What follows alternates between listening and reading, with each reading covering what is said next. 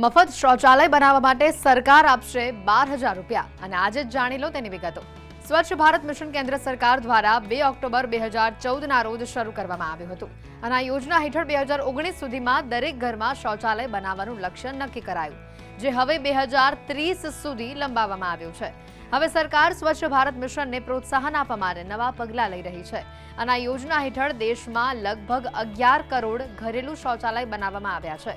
અગાઉ આ યોજના હેઠળ ₹10,000 સહાયની રકમ આપવાની જોગવાઈ હતી, જે બાદમાં વધારીને ₹12,000 કરવામાં આવી છે। યોજનાનો લાભ લેતા પહેલા આ વિગતો જાણી લો। અરજદારની વય ઓછામાં ઓછી 18 વર્ષ જરૂરી। પરિવારની વાર્ષિક આવક વધુમાં વધુ 1,20,000 હોવી જોઈએ।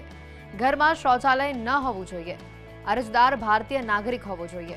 મુક્ત શૌચાલય યોજના માટે અરજદાર ભારતીય નાગરિક હોવો જોઈએ। અરજદારની વય 18 વર્ષથી ઓછી ન હોવી જોઈએ। પરિવારની વાર્ષિક આવક 1,20,000 કરતાં વધુ ન હોવી જોઈએ અને પરિવારના કોઈપણ સભ્યને પહેલાથી જ શૌચાલય ન હોવું જોઈએ।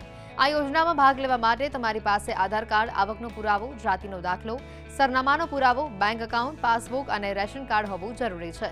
મફત શૌચાલય યોજનામાં અરજી કરવા માટે તમારે ગ્રામ પંચાયતના વડા કે સરપંચ પાસેથી ફ્રી ટોયલેટ સ્કીમ માટે અરજી ફોર્મ મેળવવાનું રહેશે અને તે બાદ જરૂરી દસ્તાવેજોની ફોટોકોપી સાથે ફોર્મ જોડી ગ્રામ પંચાયતના વડા કે સરપંચને તમારે અરજી સબમિટ કરવાની રહેશે। શહેરી વિસ્તાર અરજી પ્રક્રિયા માટે તમારે swachbharatmission.gov.in આ વેબસાઇટ ઉપર જઈને ઓનલાઈન અરજી કરવાની રહેશે।